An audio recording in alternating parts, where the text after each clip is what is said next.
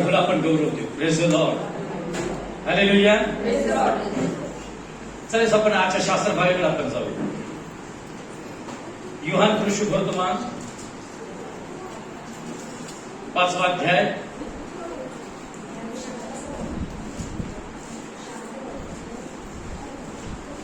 10 वचनापासून आपण 18 वचनापर्यंत बसूया. कोणीतरी वाचणाऱ्यांनी माहित घ्या, कारण हा आवाज इकडे येत नाही व्हिडिओकडे. आपण माहित घ्या 1-2 जणांनी.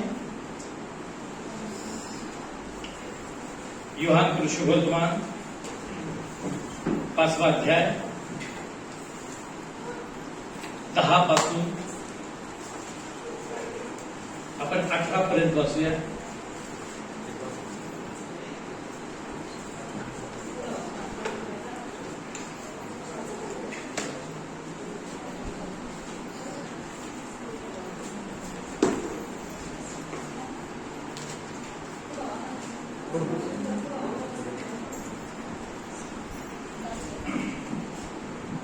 योहान 5:10 ते 18. यावरून यहुदी बऱ्या झालेल्या माणसाला म्हणाले, आज शब्बात आहे, आज बाज उचलणे तुला योग्य नाही. त्याने त्यांना उत्तर दिले, ज्याने मला बरे केले त्यानेच मला सांगितले की आपली बाज उचलून घेऊन चालू लाग. त्यांनी त्याला विचारले, आपली बाज उचलून चाल असे ज्याने तुला सांगितले तो कोण माणूस आहे? तो कोण आहे हे त्या बऱ्या झालेल्या माणसाला ठाऊक नव्हते, कारण त्या ठिकाणी लोक समुदाय असल्यामुळे येशू निसटून गेला होता.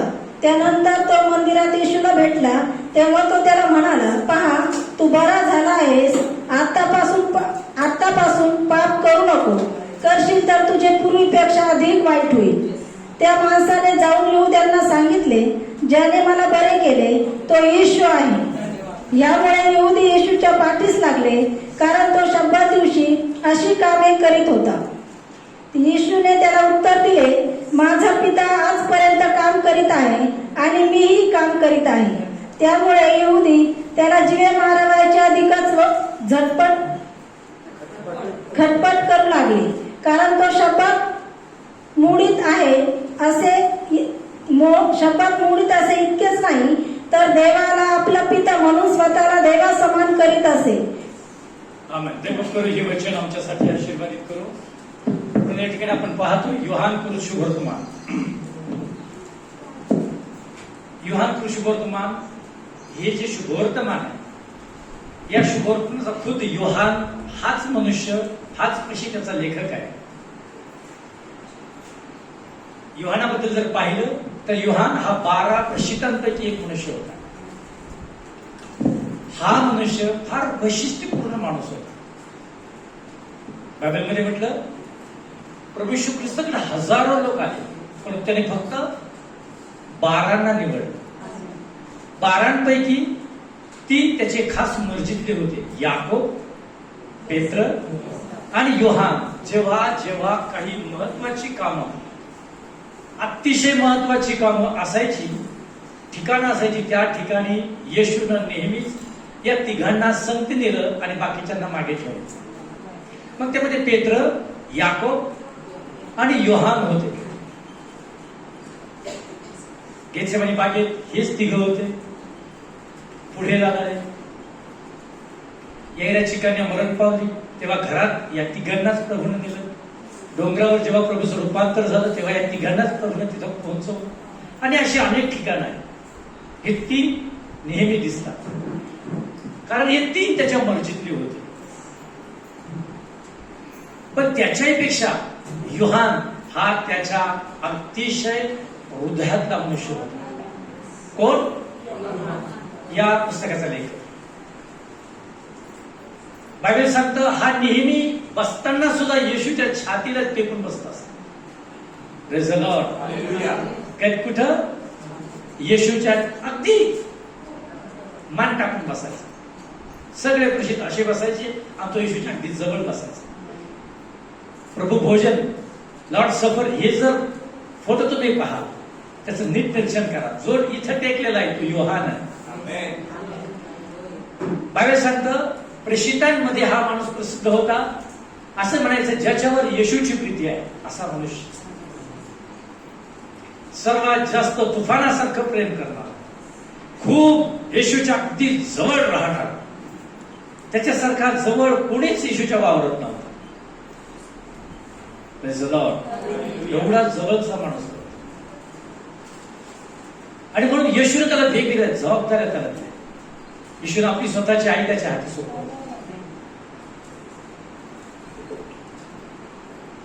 पात्मा नावाच्या बेटावर यालाच काळ्या पाण्याची शिक्षा झाली आणि याच्याच द्वारे पवित्र प्रकटीकरण लिहिण्यात याने स्वर्गातल्या सर्व गोष्टी पाहिल्या.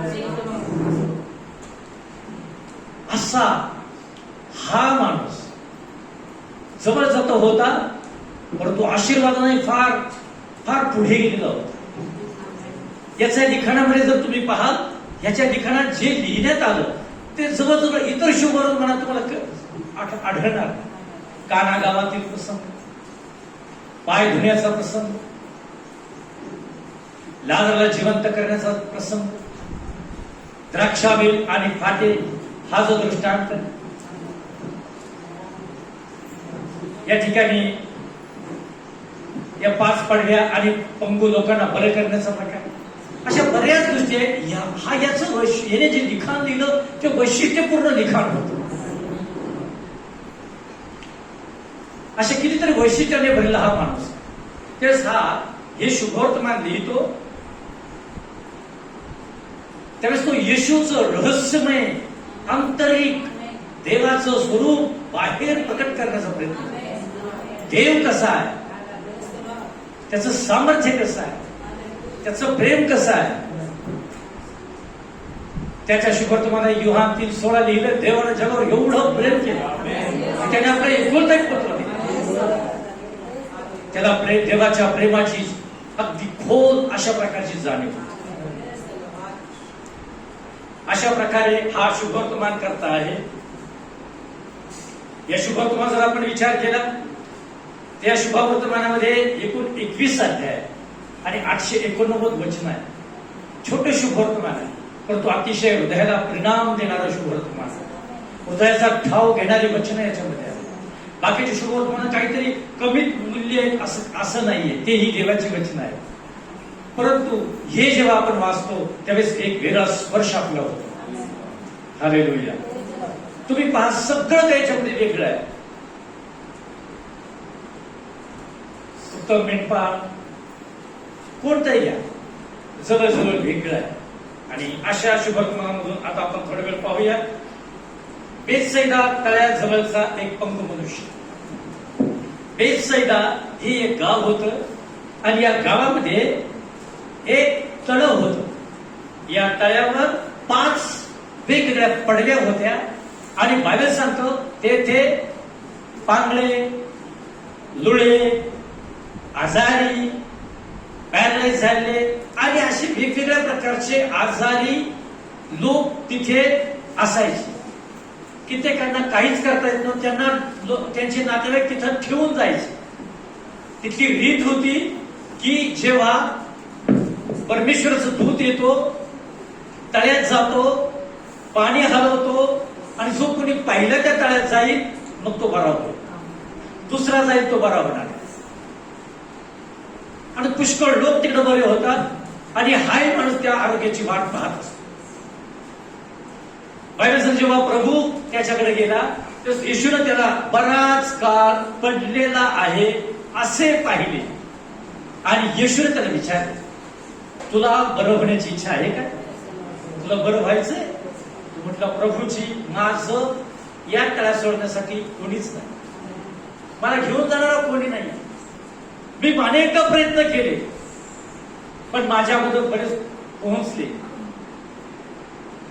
आणि अशा प्रकारे आरोग्याची वाट पाहत पाहत बायबल सांगतं 38 वर्ष तो आपलं दुःख सोसत होता. 38 वर्षापासून तो आपल्या दुखण्यात त्रस्त होऊन गेला होता. आणि कदाचित त्याने आता त्या तळ्याकडे दूतांनी पाणी हलवल्यावर जाण्याची आशा कदाचित सोडलेली असेल. आणि आता तो हललंय पाणी तरी आपल्याला कोणी सोडलं नाही, आपण तिथपर्यंत पोहोचू शकत नाही आणि आता जाण्यात अर्थ नाही. आणि मग आता आपण इथंच राहून घेऊ, अशा प्रकारे निराशेने तो तिथेच आपले उरलेले दिवस घालवत होता. जेव्हा येशू म्हटलं तुला बरं होण्याची इच्छा आहे का, तेव्हा त्याने सर्व इतिहास सांगितला.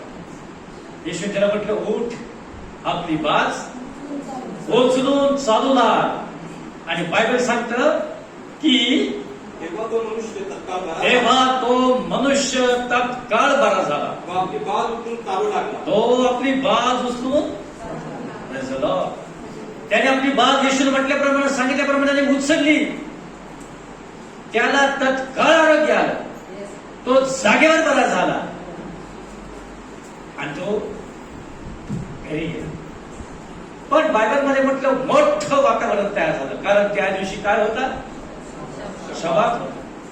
शबात याचा अर्थ त्या दिवशी काहीच करायचं, हे मोशेच्या नियमशास्त्रात लिहिलं होतं, काहीच करायचं. पण जे शपथचं पालन करत होते आणि पालन करून घेत होते त्यांना हेच माहित नव्हतं परमेश्वराची उपासना केली जाऊ शकते. जे करायचं ते त्याच्याकडे त्यांचं लक्ष नव्हतं. ध्यानात बायबलमध्ये म्हटलंय की या मनुष्याला याच्या जवळ ते आले त्यावेळेस काही गोष्टी घडल्या. परमेश्वराचं वचन सांगतं जेव्हा तो बाज उचलू लागला त्यावेळेस काय म्हणते 10 वचन, त्या दिवशी शब्बात होता.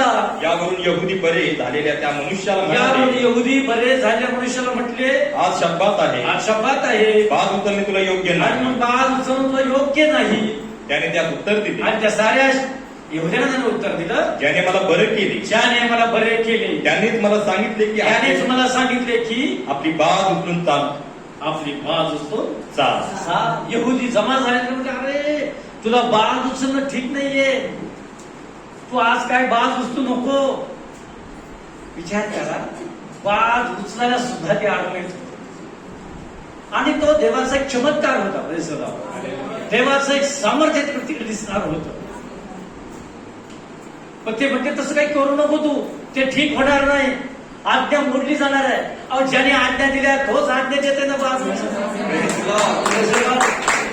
बायबलमध्ये म्हटलं त्याने आज्ञा पाळली आणि पाळल्यानंतर मोठा वादविवाद झाला. लक्षात घ्या, त्यामुळे येशूला तिथून निसटून जावं लागलं. पण शास्त्र आम्हाला सांगतात 14 वचन वाचूया परत. त्यानंतर येशूने त्याला मंदिरात गाठून म्हटले, त्याला मंदिरात गाठवलं, पहा, आणि त्याला म्हटलं पहा तू बरा झाला आहे, तू बरा झाला आहेस, आतापासून पाप करू नको. आतापासून पाप करू नको. करशील तर तुझे पूर्वीपेक्षा अधिक वाईट होईल. हालेलुया. येशूनं त्याला मंदिरात गाठवलं. हालेलुया. आणि त्याला काय म्हटलं, पाप करू नको. पहा आता तू बरा झालास. Praise the Lord. हालेलुया. यापूर्वी कुठे होता, तळ्यावर आजाराचं दुखणं किंवा आजार भोगत होता. बायबलमध्ये म्हटलं आता तो बरा झालेला आहे. येशूनं त्याला ही गोष्ट गाठवून सांगितली, येशूनं त्याची भेट घेतली आणि त्याला म्हटलं लक्षात घे, आता तू बरा झाला, आता तू बरा झालेला आहे, कारण तू तुझ्या पायावर चालत आलास. तुला तळ्यात उतरता येत नव्हतं, तुला हालचाल करता येत नव्हती, तू 38 वर्षापासून या पीडित होता. पण लक्षात घे, आता तू बरा झाला आहेस. हालेलुया. कारण देव बरं करतो, देव आरोग्य देतो. लक्षात घ्या, येशूनं त्याच्या शरीराला आरोग्य दिलं होतं, त्याचे शरीर बरं झालं होतं, त्याच्या शरीरातले सगळे प्रॉब्लेम नाहीसे झाले होते. सगळा बरा झाला. येशू त्याला हेच सांगायला हालेलुया. पूर्ण बरा झाला. कारण बरं होणं ही जी क्रिया आहे, आपण बऱ्याच वेळा अनेक ठिकाणी बरे होतो, डॉक्टरांकडे जातो बरे होतो, काही आणखी ठिकाणी काही वगैरे XYZ जातो तिकडे बरे होतो, देवाकडे येतो इकडेही बरे होतो. Praise the Lord. हालेलुया. पण देवापासून बरं होणे काही वेगळं आहे. Amen. Praise the Lord. Hallelujah. देवापासून बरं होणं ही एक निराळी बाब आहे. ती कशी? जसं आपण डॉक्टरांकडे जातो, डॉक्टर, नर्सेस, वैद्यकीय क्षेत्र हे सर्वोत्कृष्ट सेवेंपैकी एक क्षेत्र आहे. सर्वोत्कृष्ट सेवा देणारे हे लोक आहेत. पण बायबल आम्हाला हे सांगतं, याहीपेक्षा उत्कृष्ट असं देवाकडून आरोग्य. आमेन. ते कसं आहे? हा मनुष्य तेव्हा बरा झाला ना, तेव्हा हा फक्त शरीराने नव्हता बरा. देव जर कोणाला कधी बरं करतो ना, तर फक्त त्याचं दुखणं नाही बरं करत, देव त्याचं हृदय सुद्धा बरं करतो. देव त्याला सर्वांगीण बरं करतो. एखादा माणूस जेव्हा डॉक्टरांकडून बरा होतो, तेव्हा तो डॉक्टरांकडे जात नाही, म्हणजे डॉक्टरांचा अनुयायी बनत नाही. लक्षात घ्या, हे पहा, जेव्हा गरसेकराच्या प्रांतातील भूतग्रस्ताला येशूनं बरं केलं, लोकांचं शिबोरपण 8 अध्याय 38 सांगतं. जेव्हा तो जर 35 वचन पाहिलं, तिथे असं म्हटलेलं आहे की जे झालं ते पाहावायला लोक निघाले आणि तो भूतग्रस्त आता येशूच्या पायाजवळ बसलेला, वस्त्र नेसलेला आणि शुद्धीवर आलेला असा त्यांच्या दृष्टीस पडला. तेव्हा जे झाले ते पाहावयास लोक निघाले आणि येशूकडे आल्यावर ज्या मनुष्यातून भूते निघाली होती, तो येशूच्या पायाजवळ बसलेला, वस्त्र नेसलेला व शुद्धीवर आलेला असा त्यांच्या दृष्टीस पडला. आमेन. भूत तर केव्हाच गेले, प्रेज द लॉर्ड, परंतु परिणाम लोकांना पाहायला मिळाले. Praise the Lord, hallelujah. आणि 38 वचन काय सांगतं? तेव्हा ज्या मनुष्यातून भूते निघाली होती, त्याने मी आपल्या जवळ असावे अशी त्याकडे मागणी केली. आता तो का बरं? कारण तो बरा झाला होता. Praise the Lord. आता लक्षात घ्या, एखादा माणूस बाहेर कुठे दवाखान्यामध्ये बरा होतो, तेव्हा असं कधीच म्हणत नाही, मी आपल्याजवळ राहू का? म्हटलं का डॉक्टरांना? का? कारण त्याचा फक्त शारीरिक आजार तिकडे बरा होतो, 101% बरा होतो. पण येशूला इथे हा माणूस बरा झाल्यानंतर असं का म्हणतो? मी आपल्याबरोबर राहू वाटतं, मला आपला अनुयायी होऊ वाटतं, मला आपलं जीवन आपल्या मार्गाने खर्च करू वाटतं.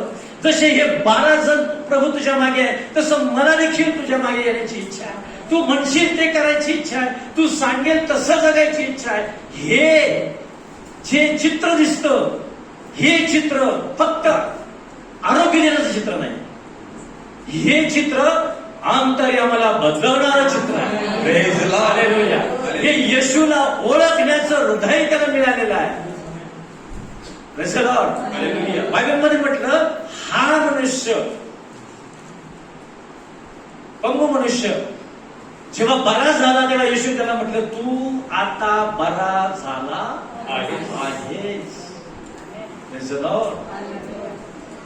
जेव्हा येशू, जेव्हा मंदिरात, जेव्हा कोणाच्या घरात, कुठेही पण जेव्हा आपल्याला आरोग्याचं सामर्थ्य मिळतं किंवा आरोग्य मिळतं, त्याच फक्त तो आरोग्यच देत नाही, त्यावेळेस तो प्रभू आमचं हृदय सुद्धा बदलतो. आमेन. आमचं पाषाण हृदय तो काढून टाकतो. आम्हाला ऑटोमॅटिक त्याच्या मार्गाने चालण्याची इच्छा होते, त्याच्यावर प्रीती करण्याची आम्हाला ओढ लागते, त्याचं शास्त्र वाचायला आम्हाला इच्छा होते, त्याच्या लोकांमध्ये बसण्याची आम्हाला त्या ठिकाणी ओढ लागते. आणि मग ते जेव्हा प्रार्थना करतात, ते जेव्हा टाळ्या वाजतात, तेव्हा आम्हाला ते करावं वाटलेलं आहे. कारण का? त्याला फक्त शरीराचं आरोग्य देवानं देत नसतो, तर देव अंतःकरणाला देखील आरोग्य देतो. नवीन शांती त्या दिवसापासून त्याला बहाल. एक नम्र आणि लक्षात घ्या, देवाला ओळखण्याचं, इतरांवर प्रेम करायचं, चांगलं आणि पवित्र मन त्याला देव देत असतो. येशूने म्हटलं, आता तू बरा झाला आहेस. हालेलुया. ज्या दिवशी येशूने आपल्याला काहीतरी स्पर्श केला, आरोग्य दिलं, काय आपण त्या दिवशी संपूर्ण बरे झालो होतो का? Praise the Lord. हालेलुया. त्या दिवसामधले आपले अनुभव, आपलं परिवर्तन झाले अनुभव असतील. त्या दिवसामध्ये आपण अधिक देवाकडं म्हणजे येशूला ओळखण्याची ओढ आपल्यामध्ये उत्पन्न झाली असेल का? कारण देवाचा स्पर्श कधी वाया जात नाही. त्या स्पर्शामध्ये सामर्थ्य असतं, त्या आरोग्यामध्ये सामर्थ्य असतं. हालेलुया. Praise the Lord. मग प्रियानो, येशूनं हीच बाब त्याला स्पष्ट आणि व्यवस्थित सांगण्यासाठी येशू त्याला मंदिरात गाठलं. म्हणून ज्यांच्यामध्ये आपण कार्य करतो, ज्यांना आपण येशूबद्दल बोलतो, त्यांना आपण गाठवलं देखील पाहिजे. आमेन. त्याला असं वाऱ्यावर सोडण्याचा अर्थ नाही. आपण त्याला गाठून, आपण त्यांची भेट घेऊन, आपण देवाला जे कार्य केलंय ते त्यांना विस्तृतरित्या स्पष्ट सांगितलं पाहिजे. त्या कार्याचा अर्थ सांगितला पाहिजे, त्या कार्याचे परिणाम सांगितले पाहिजे, त्या कार्यामागे देवाचा उद्देश काय आहे हे आपण त्या लोकांना विदित करायला पाहिजे. हालेलुया. येशूनं जेव्हा त्या मनुष्याला आरोग्य दिलं, त्यावेळेस येशू त्याला गाठून, त्याशी बोलून, त्याला आपलं कार्य त्याने स्पष्ट केलं. Hallelujah. Praise the Lord. Hallelujah. लक्षात घ्या, आपण अर्ध काम कधी करू नये. जर येशू त्याला आरोग्य दिलं असतं आणि असंच सोडलं असतं तर येशूचं पुढील कार्य त्याच्या जीवनात झालं नसतं. आपण नेहमी जेवढं कार्य झालं त्याच्या समाधानी राहू नये. आपण अधिक कार्य त्याच्या जीवनात व्हावं असा उद्देश आपण ठेवला पाहिजे. हालेलुया. Praise the Lord. आणि म्हणून त्याला आपण अधिक कार्य म्हणजे अधिक वाढवण्याच्या दृष्टिकोन त्याच्यामध्ये विचार ठेवला पाहिजे. येशूनं त्याला गाठलं, त्याची भेट घेतली आणि त्याला बजावून सांगितलं. ज्याला शुगर पण तुम्ही सांगा, जरा गोड गोड देऊ नका. Praise the Lord. त्याला नीट सांगा. Praise the Lord. आता तू बरा झालास. काय करू नको आता? काय भाषा आहे ती? वाचा. आता तू बरा झाला आता आहेस. तू बरा झाला आहेस. आतापासून पाप करू नको. आतापासून तू पाप करू नको. आता ही भाषा त्याला जरा कडवी आणि जड गेली असं ऐकायला. Praise the Lord. आरोग्य बरोबर बाजून चाललाय, टप्पन उठलाय, ह्या घेतली, घराकडे गेला. Praise the Lord. खुश.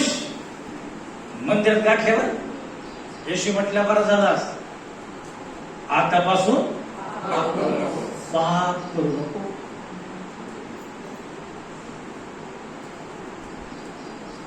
ज्यावेळेस आपण गॉस्पल सांगतो, परमेश्वराच्या वचनाची घोषणा करतो, त्या काही गोष्टी स्पष्ट करतो. Praise the Lord. गरजेचे आहेत काही गोष्टी बोलण्याच्या, आवश्यक आहे ते. येशू स्पष्टपणे म्हटला, आतापासून पाप करू नको. नको.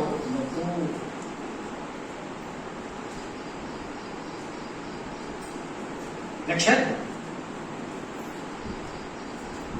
त्याचं आयुष्य काय होतं? जे बोललं त्याच्याबद्दल ते बोल. आतापासून करू. जर करशील हा तर तुझे पूर्वीपेक्षा अधिक वाईट होईल. तळ्यावर बसला होता तू दिवस म्हणजे त्याच्यापेक्षा अधिक वाईट होईल. कसं वाटत? असं वाटत तडकत तोडत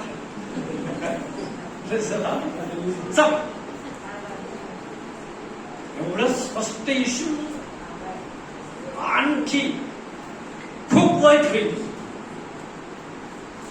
असं जर कोणी पालक, कोणी सेवक काय शाप देते माणूस,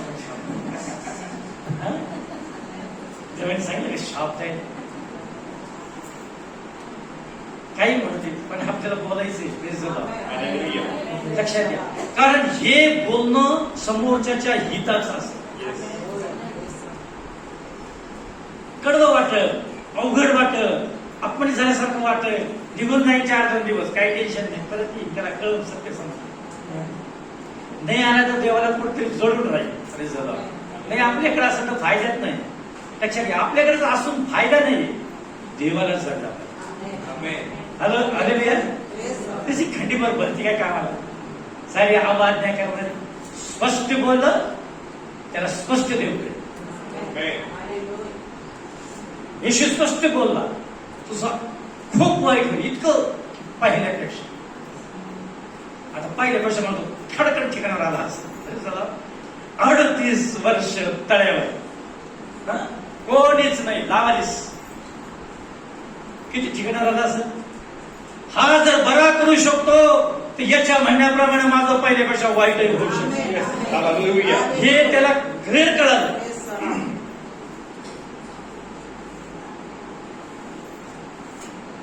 ही भाषा एवढी कठोर, एवढी क्लिअर, आज देवानं मला मंदिरात गाठवलंय, ही माझ्यासाठी देखील असावी असं वाटतंय. हे जे काही भाषण चालू आहे हे देवापासून आहे आणि मला येशूनं आज गाठवलंय आणि माझ्या कानी तो हेच टाकत आहे असं वाटतंय. हॅलो लपणाऱ्यांनो, किती दिवस लपतात, वाटत नाही की येशू बोलतो हे उत्तर येतो. आमेन. बायबल सांगतं, माझ्या मुला जीवनाची ओळखीने सोडून भटकायचं असेल तर शिक्षण घेणं सोडून दे.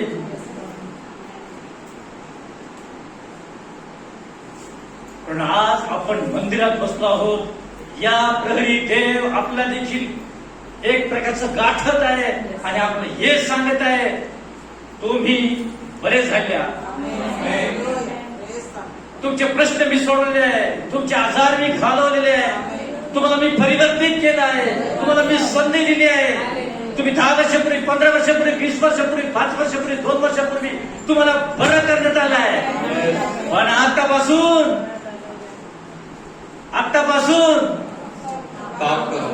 पाप करू करशील, यापेक्षाही तुझं वाईट होईल. हालेलुया. 2000 वर्षापूर्वी बोललेला प्रभू आजही त्याच भाषेत बोलत आहे, कारण त्याच्याकडे सदा सर्वत्र नेहमी कसं म्हणजे एक असा आहे. ध्यानात घ्या, तो म्हणतोय की पहिल्यापेक्षा वाईट होईल.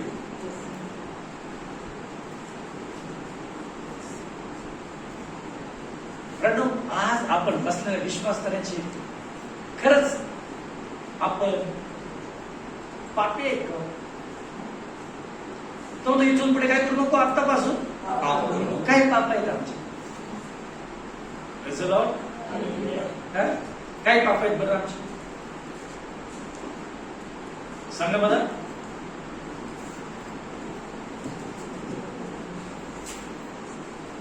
एक पर्यंत जी मजल आम्ही मारलेली आहे.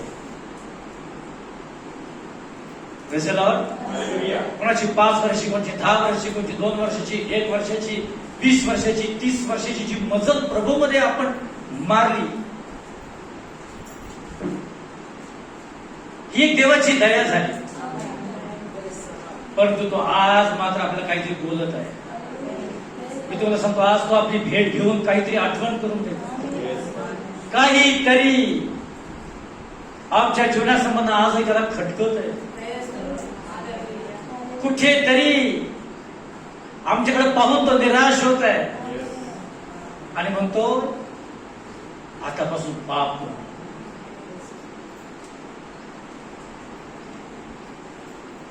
जर करशील तर तुमचं पहिल्यापेक्षा वाईट होईल. परिवर्तनाचा नियम हा सर्व पिढ्यांसाठी सारखाच आहे. आमेन. सर्व पिढ्यांसाठी सारखाच. विश्वासणारे, देवाला ओळखणारे, जाणून बुजून समजून नेहमी नेहमी नेहमी नेहमी सतत मर्त्यदम तक पापात राहतील तर बायबल सांगतात त्यांची दशा ही वाईट होईल. मग काय पाप काय तुमची? करिंथ्याच्या पहिल्या पत्राच्या 9व्या अध्यायाच्या 16 वचनामध्ये पौल म्हणतो काय वाईट होणार आहे? हा जरी मी सुवार्ता सांगतो सर हॅलो हा जरी मी स्वतः सांगतो जरी मी स्वर्थ सांगतो तरी मला प्रतिष्ठा मिळवण्याचे कारण तरी नाही. मला प्रतिष्ठा मिळण्याचं कारण नाही. कारण मला ती सांगणे भाग आहे. कारण मला ती सांगणे भाग आहे. कारण मी स्वतः सांगितली नाही कारण मी जर स्वार्थ सांगितले नाही तर माझी केवढी दुर्दशा होणार. माझी केवढी दुर्दशा होणार. Praise the Lord. आता तुम्ही म्हणतात हे कसं विषयांतर व्हायला लागलं? हे विषयांतर नाही, हे लागू करू नये. नीट ऐकून घ्या. Praise the Lord. हालेलुया. हे आमच्यासाठी अतिशय महत्वाचा टॉपिक आहे आमच्या जीवनासाठी. बायबल मध्ये म्हटलं पौल म्हणतो मी जर सुवार्थ सांगत नाही तर मला धिक्कार असतो. हा एक बायबल धिक्कार. आणि दुसरं सांगतं भाषांतर माझी केवढी दुर्दशा होणार. हेच आहे प्रभूकडे आलेल्या लोकांचं पातळ. Praise the Lord. Hallelujah. देव ते त्यांचं सगळं होईल पण त्यांच्या जीवनातली दुर्दशा जाणार नाही. हो म्हणतो माझी किती दुर्दशा होईल बाबा जर मी सुवार्थ सांगणार नाही. आजच्या बैठकीला आपण बसलेल्या सर्वांच्या जीवनामध्ये हे दुर्दशा उत्पन्न करणारं बाधक आमच्या जीवनामध्ये जागा अगदी तळ धरून बसलेला आहे. चेअरला तर येतो, प्रार्थना तर करतो, कधी मध्ये बायबल पण वाचतो, देवाच्या लोकांचाही सन्मान करतो, पण ज्याच्यामुळे दुर्दशा होईल असे पाप मात्र आम्ही धरून ठेवले आहे.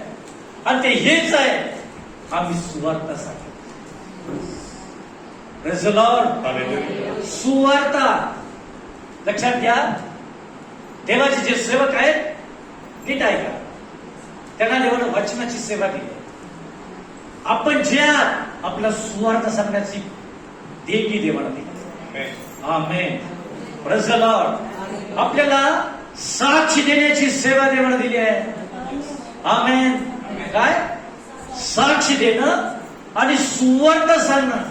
आणि जर आम्ही हे करीत नाही अगदी खालच्या लेवलची सेवा एकदम काही वेळेत आणि काही मिनिटात आपल्याला अगदी मोठा भार न उचलता अगदी सहज करता येऊ शकते. ती सेवा जी देवानं आम्हाला दिली आहे ती म्हणजे सुवार्थ सांगण्याची सेवा. Praise the Lord. आणि मला सांगा सुवार्थ सांगण्यासाठी असं एखादं पुलपिटची गरज आहे का? सुवार्थ सांगण्यासाठी एक चांगल्या मोठ्या चर्चची गरज आहे का? सुवार्थ सांगण्यासाठी माईक आणि काय काय असं काही गरज आहे का? ट्रिपल वगैरे XYZ आणि फार लोक खचाखच अशी गरज आहे? सुवार्ता किती लोकांपर्यंत सांगावं? येशूने आम्हाला त्यांनी एका 100 डिसेंबरला देखील सुवार्थ सांगितलं. Praise the Lord. जी कामात होती, जिला बसायला वेळ नव्हता, तिला सुद्धा त्यानं शुभवर्तमान सांगितलं. आम्ही मोठ्या मोठ्या लोकांची वाट पाहत बसची गरज आहे का? ही सुवार्ता जर आम्ही घेऊन जाणार नाही तर बायबल सांगतं एंड टाइम शेवटच्या वेळेस म्हणजे प्रभू येशू ख्रिस्तानं ज्यावेळेस आम्हाला सारे राष्ट्र जमवले जाईल त्यावेळीची गोष्ट सांगितली. त्या दिवशी तुमची केवढी दुर्दशा होणार.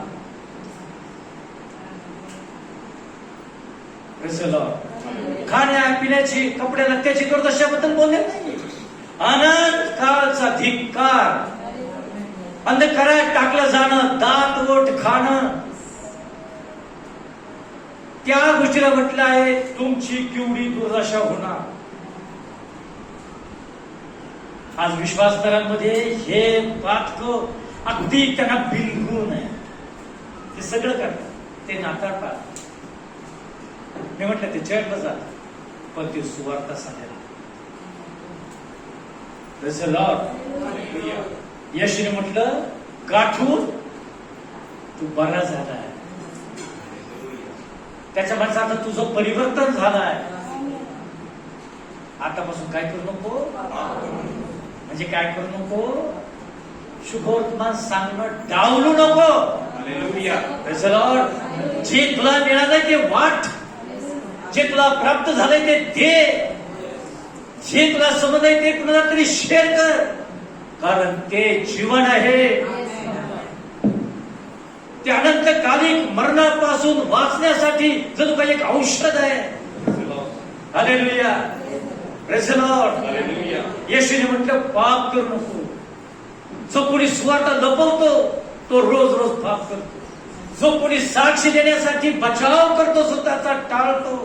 बायबलमध्ये म्हटलं, येशूने सांगितलं मी देखील त्याला नाकारणार. जो मला नाकारतो मी त्याला नाकारणार. जो मला स्वीकारतो मी पवित्र दूतांसमोर आणि पित्यासमोर त्याला स्वीकारणार. येशूला नाकारणं म्हणजे काय? त्याचं कार्य नाकारणं, त्याची सेवा नाकारणं, शुभवर्तमान नाकारणं, साक्ष देण्याचं नाकारणं, हे आहे आजच्या विश्वासधाऱ्यांचं पाप. Praise the Lord. हालेलुया. वाटतंय का असं असं थोडंफार वाटतंय खरं आहे? हालेलुया. मस्त कामाला जायचं, मिळवायचं, काहीच काम आलेले त्यांनी मिळवलं खायचं, बनवायचं, नसतं कपडे लपते, गाड्या गोड्या बंगले, एकदम झकास तारण झाले, मस्तपणे बायबल घेऊन जायचं. बायबल म्हणतो मरशील, येशूने म्हटलंय याच्यात गुंतू नको. हे पातक आहे. जर शुभवर्तमान सांगत नाही तर हे पातक आहे. तुमच्या हातात देवाने जीवन ठेवलं आणि ते जीवन मरणाऱ्या लोकांना जर तुम्ही देत नाही तर आपल्यासारखा स्वार्थी स्वभाव आहे कोणाचा? Praise the Lord. हालेलुया. एखाद्या आजारापासून औषध लपवणं आहे हे. हालेलुया. स्वार्था ही एक फवारणी आहे. पाप नावाचा रोग नष्ट कर, पण हे फवारलं पाहिजे, हे प्रकट केलं पाहिजे. याला महत्व आहे. हालेलुया. शुभवर्तमानाची घोषणा करा. जिथं वेळ मिळेल तिथं आपली साधी सोपी परिवर्तनाची आणि अनुभवाची साक्ष दिल्याशिवाय कोणी नाही. तुमच्या बैठकीला जर कोणी दिलाय, तुमच्या संगतीला कोणी दिलाय, तुमच्या बरोबर कोणी ठेवलाय, तर त्या तुमच्याद्वारे त्या माणसाला तारण मिळावं म्हणून देवाने ती बैठक ठेवलेली आहे. म्हणून तो सहप्रवासी आपल्या जीवनामध्ये ठेवलेला आहे. ही देवाच्या योजनेचा बायबल सांगते एक भाग आहे.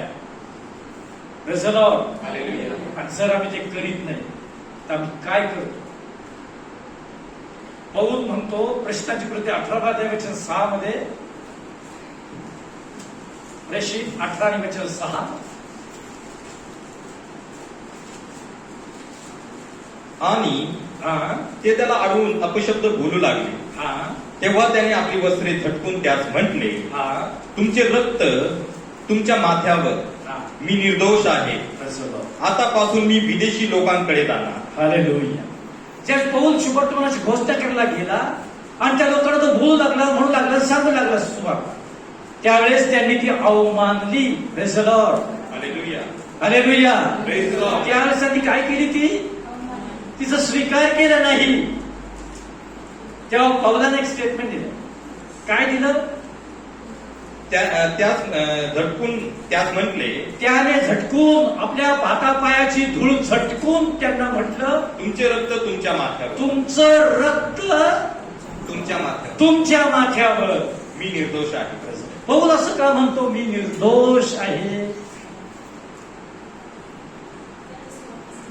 कारण त्यानं त्याचं कार्य केलं. Praise the Lord. त्यानं त्याचं कर्तव्य केलं. त्यानं शुभवर्तमान सांगितलं. आता ते ऐकत नाही, त्याच्यात पौलाची काय चूक?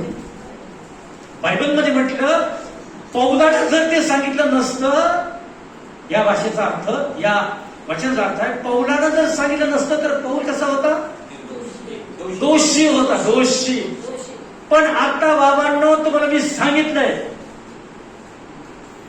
आता तुम्ही ते पाळीत नाही. तर आता तुम्ही दोषी आहे आणि मी कसा आहे? Praise the Lord. सांगण्याच्या द्वारे दोषी आणि सांगण्याच्या द्वारे निर्दोषी. मग आम्ही प्रभूचं नाव घेऊन जगत असणार काय आपण दोषीत असतो का निर्दोषी असतो?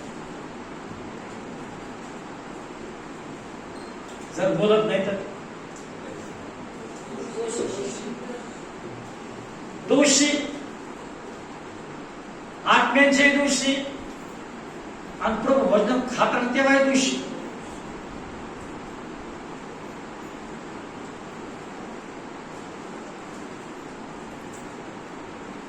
वाटतंय का? पौलनं म्हटले जास्त मनुष्यानं या भाकरून खाताना पेल्या दूध पिताना आपले आत्मपरीक्षण शोधावं. मी दोषी आहे.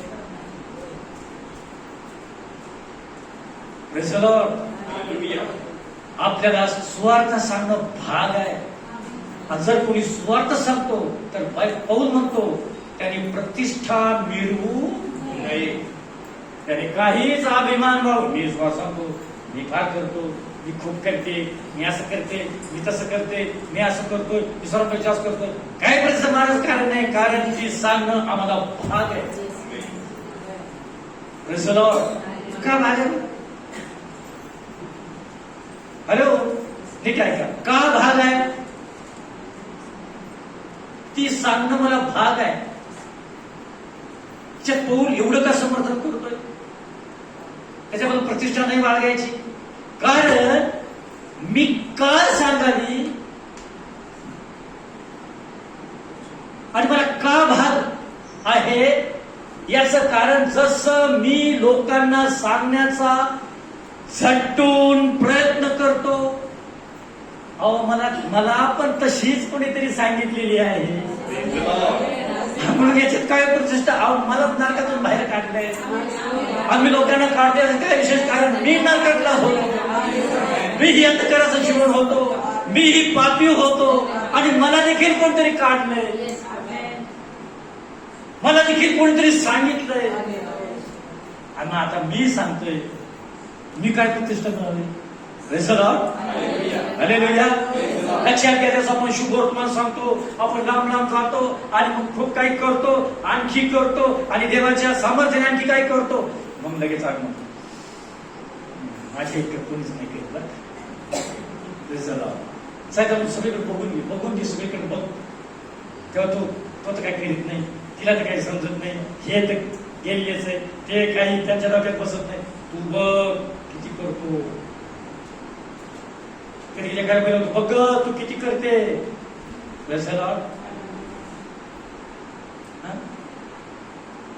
पुष्याची बाहेर सांगतो मारू नका. आमेन. म्हणजे पहा, केलं नाही केलं तर किती धोका आहे, दुर्दशा आहे. आणि करत असताना जर नीट नाही केलं तर किती धोका आहे. मग करताना कसं करा? नीट करा. पौल म्हणतो तू देवाचं वचन नीट सांगणारा. आमेन. म्हणजे देवाची सेवा नीट करणारा असला पाहिजे. अरे नाही तर तुझी दुर्दशाच आहे. वाटतंय का आज देव मंदिरात गाठलं ते आपल्याला? आमेन. जर गाठवत आहे तर समजून घ्या, दुर्दशा होऊ देऊ नका. तो म्हणतो जर पुन्हा करशील तर काय होईल? म्हणजे पूर्वीपेक्षा अधिक होईल. पूर्वीपेक्षा तुझं वाईट होईल. सारे आशीर्वाद असे ढळून जातील. हालेलुया. पूर्वीपेक्षा वाईट होण्याची वाट पाहत बसलेली आपण मंडळी आहोत का? एवढ्या नाही, उठून कामाला लागणं गरजेचं आहे.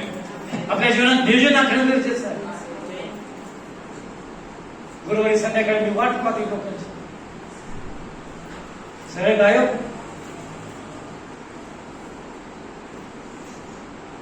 विचारलं तू काम सर मला काम पासून इकडे अंधार आहे, जमत नाही, आणि तिकडे अंधारात जाता येतं अंधकाराच्या अंधारात आम्ही या देवाने आपल्या गाड्या दिल्या, देवाने आपला वेळ दिलाय, आपण करू शकतो हे. लक्षात असू द्या, येशूने तुला मंदिरात गाठून म्हटले तू बरा झालाय. बरा झाला या शब्दाचा पूर्ण मतलब आणि अर्थ हा आहे की तुझं कम्प्लीट परिवर्तन झालं. आता पासून पाप करशील, ध्यान देऊन लक्षात ठेवा, पूर्वीपेक्षा अधिक वाईट होईल. आणखी वाईट होईल. चर्चला आलं तरी वाईट होईल, प्रार्थना केली तरी वाईट होईल, कारण अर्धीच आज्ञा आहे. त्याच्या पुढची आपण पाळण्यासाठी स्वीकारला तयार होतो. हालेलुया. पौल म्हणतो मला सुवार्तेची लाज वाटत. असं का म्हटलं तू? कारण कित्येक लोकांना लाज वाटते म्हणून त्या तसं म्हणावं लागेल. काय सुवार्ता सांगताना एवढे भांडवडे वाटतो का? पहिल्यांदा आपल्या अंगावर काही असं काही शेण पडतं काय? काही चिखल फेकतं का म्हणे? का पण लाज वाटते? पौलाच्या काळात लोकांना लाज वाटायची. का बरं लाज? कारण पौलाचा काळ असा होता, लक्षात घ्या, येशू जेव्हा वधस्तंभावर मरण पावला त्यावेळेस त्याचं मरण किविलवाणं झालं. तो म्हणतो मी राजा आहे, मी राजबाई भवन आहे. पण त्याचं मरण कसं झालं? अपराधी, गुन्हेगार जिथं दिले जात वधस्तंभ तसल्यासारखं त्याचं मरण झालं. तशी काही त्याची बाजू कोणीच घेतली नाही, त्याच्या बाजूला कोण उभाच राहिला नाही, एवढं कशाला हाल झाले असते. एकटाच पडला असं त्या काळी समज झाला. आणि म्हणून येशू बद्दल लोकांना काय करायचे असेल? लाजायची. पण पौल म्हणतो मला नाही वाटत स्वार्थाची लाज, कारण प्रत्येक विश्वासदारांना तारणासाठी ते देवाचं सामर्थ्य आहे. सुवार्ता हे सामर्थ्य आहे. सुवार्ता बाहेर पडली कधी सामर्थ्य येतं, परिवर्तनाचं सामर्थ्य, बदलून टाकण्याचं सामर्थ्य आणि सर्व अशुद्ध शक्ती जाण्याचं सामर्थ्य. कारण सुवार्ता एका स्फोटक शक्तीप्रमाणे. याचे अनुभव प्रशितांनी घेतले, ते जेव्हा गेले त्याच्याबरोबर सामर्थ्य गेले. त्यांनी तोंड उचकून सांगायला लागले की सामर्थ्य ऍक्टिव्ह होत राहायचं. जेव्हा ते बंद व्हायचे सामर्थ्य स्टॉप होऊन जायचं. हालेलुया. पण खरंच स्वार्थ सामर्थ्य आहे. आपण ते सामर्थ्य आजमावं ही देवाची इच्छा. हालेलुया. लक्षात घ्या, सुवार्ता सांगणं हे आमचं काम. एचकेल 33 मध्ये पहा, एचकेल 33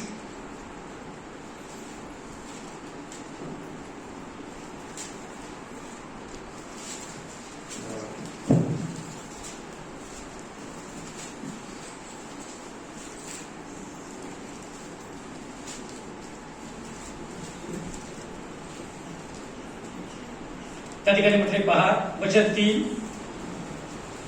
देशावर तलवार येत आहे असे पाहून शिंग फुंकून त्याने लोकांस सावध केले. हा, देशावर तलवार येत आहे, देशावर, लोकांवर, गल्ल्यांवर, माणसांवर अनिष्ट प्रसंग येत आहे असं पाहून शिंग फुंकून त्याने लोकांस सावध केले. शिंग फुंकून लोकांना सावध केले आणि केले नाही.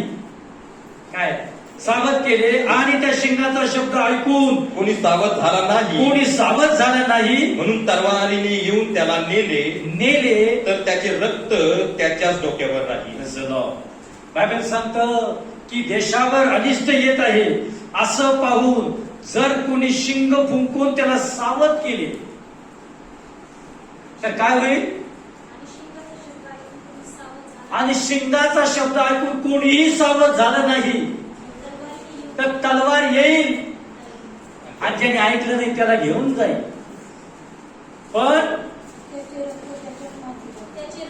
त्याचं रक्त त्याच्याच माथी राहील, कारण त्याने ऐकून सावध झाला नाही, म्हणून त्याचं रक्त त्याच्याच माथ्यावर राहील. शिंगाचा शब्द ऐकून शिंगाचा शब्द ऐकून जो सावध झाला नाही जो सावध झाला नाही म्हणून त्याचे रक्त त्याच्याच डोक्यावर राहील. म्हणून त्याचं रक्त पडलं ते त्याच्याच डोक्यावर राहील. जो सावध झाला असता तो सावध झाला असता त्याने आपला जीव वाचवला असता. तर त्याने आपला जीव वाचवला असता. पुढे पण जर पहारेकऱ्याने तलवार येताना पाहून पण पहारेकऱ्यानं, कोण आहे पहारेकरी? बाबा सांगतो आपण पहारेकरी आहोत. आमेन. देशाचे, राष्ट्राचे, शहराचे, गावाचे, गल्लीचे आम्ही एक प्रकारचे पहारेकरी आहोत. बाबा सांगतो पण जर पहारेकऱ्यानं तलवार येताना पाहून शिंग वाजवले शिंग नाही, वाजवले नाही, लोकांना सावध केले लोकांना नाही सावध केले नाही आणि तलवारीने येऊन त्यापैकी कोणास नेले आणि तलवारीने येऊन त्यापैकी कोणाला तरी नेले तर तो आपल्या अधर्मानेच मरेल. तर ज्याला नेले ते मरतील अधर्मानं. तथापि त्याच्या रक्तपाताचा जाळ मी त्या पहारेकऱ्याजवळ पण मागेल. त्याच्या रक्तपातचा जा बायबल सांगतं मी त्या पहारेकऱ्याजवळ मागेल. पहारेकऱ्या आपण एक पहारेकरी. आमेन. जसं हालेलुया. ते म्हणतो शिंग वाजवून जर तलवार येत आहे हे पाहून जर तुम्ही कोणाला जागृत करणार तर काय होणार आहे? तो मरेल तुम्ही न सांगितल्यामुळे. पण त्याच्या रक्तपाचा जाग तुमचं पहारेकऱ्याजवळ पहारेकऱ्यांकडे बायबलमध्ये म्हटलं मागण्यात येणार. बायबलमध्ये म्हटलं तुम्ही जगाचा प्रकाश आहात, तुम्ही पृथ्वी मीठ आहात, तुम्ही राष्ट्राचे पहारेकरी आहात. पहारा देतच नाही तर पहारेकरी कशी? पहारा द्यायला बाहेर पडतच नाही. पहारेकरी कसा असतो? तो रात्रीचा जागृत राहतो. तो गल्ल्यांमध्ये फिरतो, काही आलीच दिसलं शिट्टी वाजवतो. त्याला पहारेकरी म्हटलं. वॉचमन आपल्या आजचं वॉचमन. लक्षात घ्या बायबलमध्ये म्हटलं मरणारे मरतील हो, पण रक्तपाचा जाग मात्र तुमच्याकडे मागण्या. मग कुठे जाईल बायबल वाचून? कुठे जाईल? किती चला भराभर 2 पाय काय किती फरक पडणार आहे? आणि काय एका लोकांचं वाटून झालेलं येणार आहे का आमचं? किती आहे? कितीतरी लोकांच्या नाशाचं कारण आम्ही येणाऱ्या दिवसामध्ये होऊ नये म्हणून आपण लोकांना जागृत आणि सावध करण्यात म्हणून येशूने त्याला म्हटलं, गाठून म्हटलं काय? आता तू बरा झाला आहे. आतापासून पुढे पाप करू नको. करशील तर पूर्वीपेक्षा पूर्वीपेक्षा अधिक वाईट होईल. प्रणव आमचं अधिक वाईट होऊ नये म्हणून आता आम्हाला या गोष्टी समजून स्वीकारण्याची गरज आहे. मग निश्चितच आमचं भलं आहे. आमेन. आमेन. चला देवबाप करू हे छोटे शिक्षण आमच्यासाठी यावेळी आशीर्वादित करू. चला आपण प्रार्थना करू. चला देवाच्या समोर असं आपण नम्र होतो आणि आज परमेश्वर देव आपल्याशी बोलला आहे त्याच्या वचनातून. यावर विश्वास कर. त्याने म्हटलंय आतापासून पाप करू नको, कारण तुला बरं करण्यात आलं. करशील तर पूर्वीपेक्षा अधिक वाईट. चला हे आपण स्वीकारूया आणि प्रार्थना करूया. सामर्थ्यशाली आमचे जिवंत देवा, आमच्या कृपाळू, आमच्या खंडवाळू पिता, अब्राहमाच्या देवा, तुला आम्ही धन्यवाद देतो. प्रभू आम्ही तुझी स्तुती करतो बाबा. अखिल जीवधाऱ्यांच्या परमेश्वरा, या सर्व लोकांचा नाश होऊ नये अशी जो इच्छा धारण करतो त्या प्रभू आम्ही तुझं गौरव करतो. आमच्या सेनाधीश देवा, तुझं वचन सांगते तुम्हाला बरं करण्यात आलं, तुमचं परिवर्तन करण्यात आलं. आता एकच आहे की इथून पुढे पाप करू नका. पाप काय आहे प्रभू? तुझी जी आज्ञा आहे ती तोडणं पाप आहे. काय आज्ञा आहे? सर्व जगाचा, सर्व सृष्टीला स्वार्थाची घोषणा करा. जे काही तुम्हाला आज्ञा पिला ते त्यांना पाळायला शिकवा. हो प्रभू, ही तुझी आज्ञा. ही जर आम्ही तोडतो तर प्रभू आम्ही पाप करतो. जो हे करतो त्याचा अधिक वाईट होईल दिवसामध्ये तुझं वचन.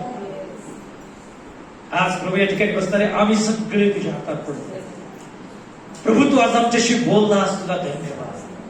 प्रभू आम्हाला स्पर्श केलास, धन्यवाद.